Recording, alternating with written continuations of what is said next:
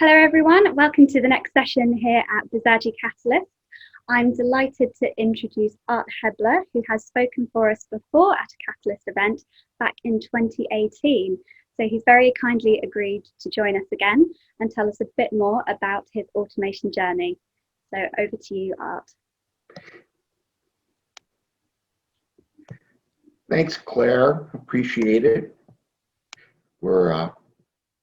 I'm glad to be back and miss not being with everyone in Miami, but then again, being this way, we have a lot more folks involved, so that's great news.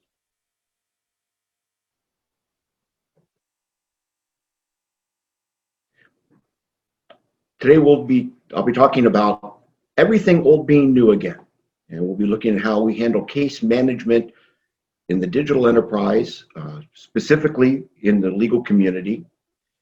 I am Enterprise Modernization Manager with Koniag Government Services. We are an Alaska Native corporation and part of 12 companies that make up the Koniag Services team, serve mostly U.S. federal clients and some of us who are working in state, local, and higher education fields. I've been with this particular agency of the state of Maryland for over 4 years now and have over 30 years as a project manager. My specialization is in enterprise level modernization, and we were lucky enough on our project to be selected last year as the Public Sector Transformation Project of the Year by Bizagi, and are excited to be part of the Bizagi family. Happy clients and happy partners. Now, case management is easy, as long as you can control who has access. In the legal community especially, parties are coming and going all the time, and that creates some real access management challenge. For our client, case management needs to have flexible access. There are multiple parties to a claim, with multiple attorneys to each party in a claim, and multiple representatives of the parties in a claim as well.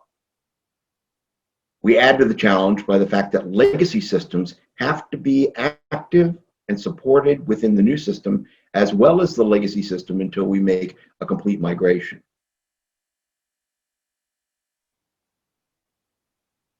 Bizagi is very good at handling access most of the time.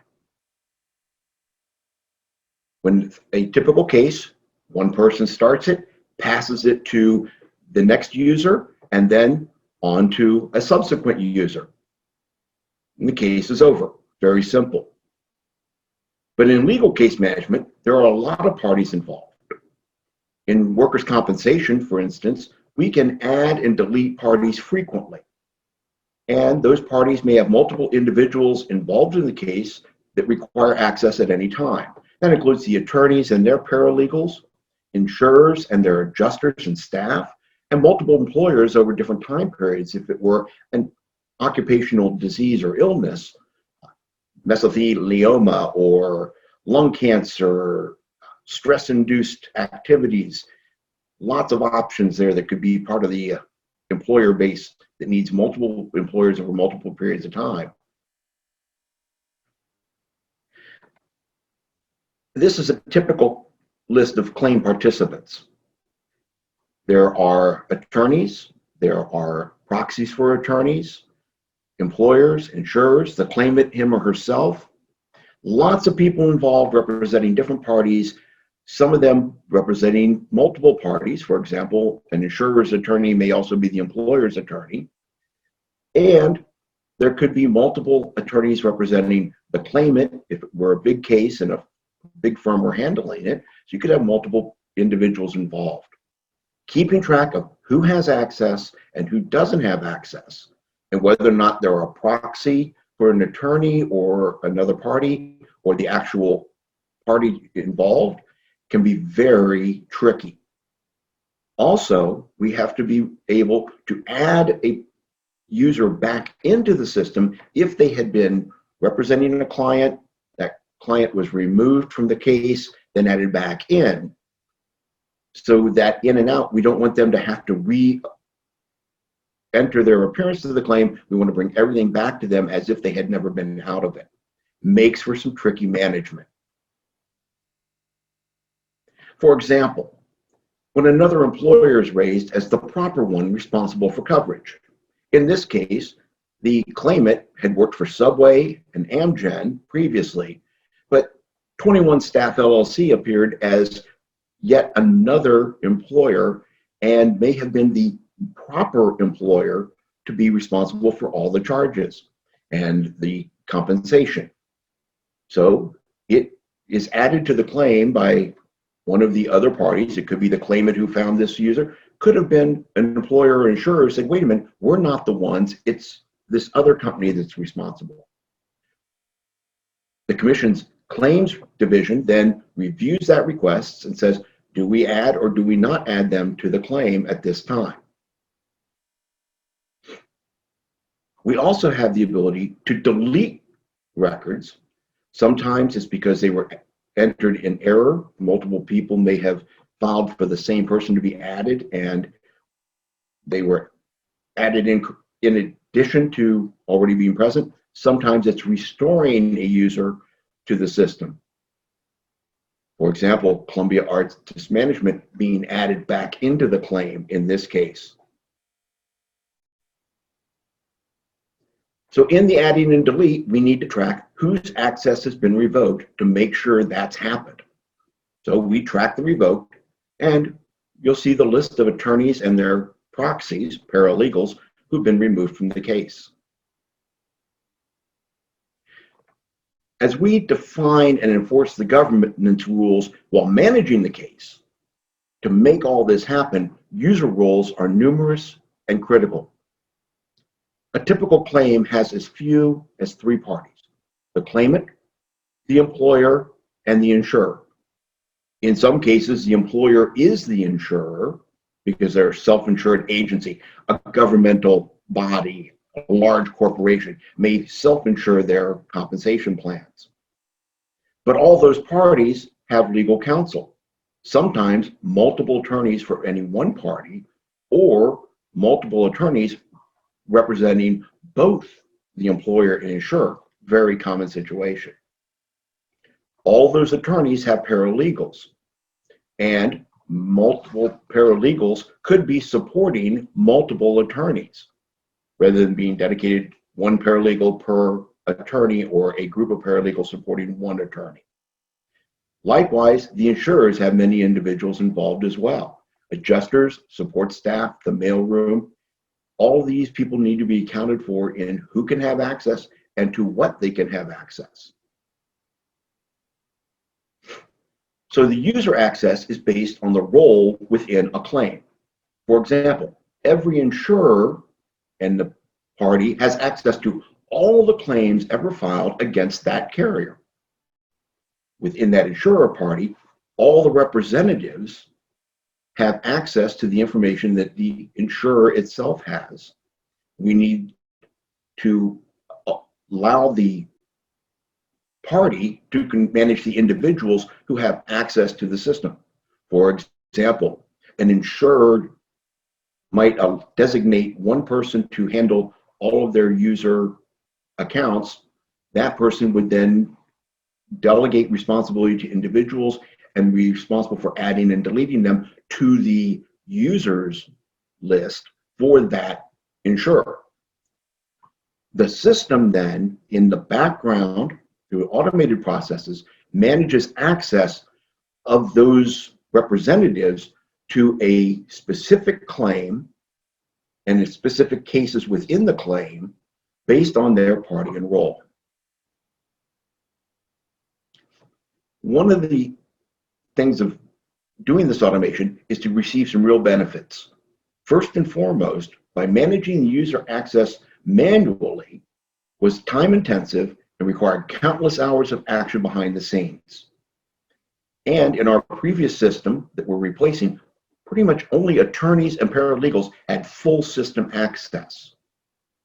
Now that we are able to bring on a system that has automated control and governance, we can allow full access to more parties into a case. Bringing all these pieces together, we've got to be able to communicate with the legacy system. Because of the way we're rolling out the new systems, it is an incremental deployment. So we created a custom operational data store to hold all the new and legacy data. In the new system, we have it designed to send data transactionally to the ODS via a series of APIs as individual cases, Bizagi cases, are completed. The ODS then handles sending that data to the legacy databases via its own APIs in near real time. The system we're replacing, being more batch-oriented, sends data to the ODS via an API in some batch mode processing in a schedule several times a day. And then the new system will pull the data from the ODS, some of which is already designed as being replicated, some of it being virtualized on demand via the APIs as well. So the data flow looks like this. The Bizagi application data is retained within the Bizagi system. It sends updates to the operational data store, which in turn updates the legacy data. Likewise, when an action is being taken on an older claim that was not started in the new system, that legacy data is sent backwards to the operational data store and is available for when it is called upon in the Bizagi application processes on an on-demand basis. In communicating with the legacy systems, when the new system is complete, all we have to do is decommission the ODS, the legacy APIs, conduct a final migration of all the legacy data to the ODS just to ensure nothing was missed, and then decommission the system. We don't have to make any changes to the ODS API. The new system has full access to the complete collection of legacy data. In this agency's case, data going back into the 1980s, and all the reporting is now integrated in that single ODS SQL Server database environment for both the new and the legacy activities. System APIs are disconnected, the legacy system is then decommissioned, and we have just left the Bizagi system and the operational data store. The benefits of doing the ODS as the data gateway is that it unifies the legacy and new data so that we don't have to process old cases through the Bizagi generated processes in order to get them accessible to the Bizagi created environment. Secondly, the new Bizagi created system does not have to connect to any of the legacy system to send data to it. And the legacy system does not have to change to connect to the Bizagi created system. And when we're ready to decommission the legacy system, only the ODS and legacy APIs are removed. We have to make no changes to the Bizagi created applications. And that saves us time and money. Case management is more than just tracking the progress and the documents involved. It includes managing the participants as well.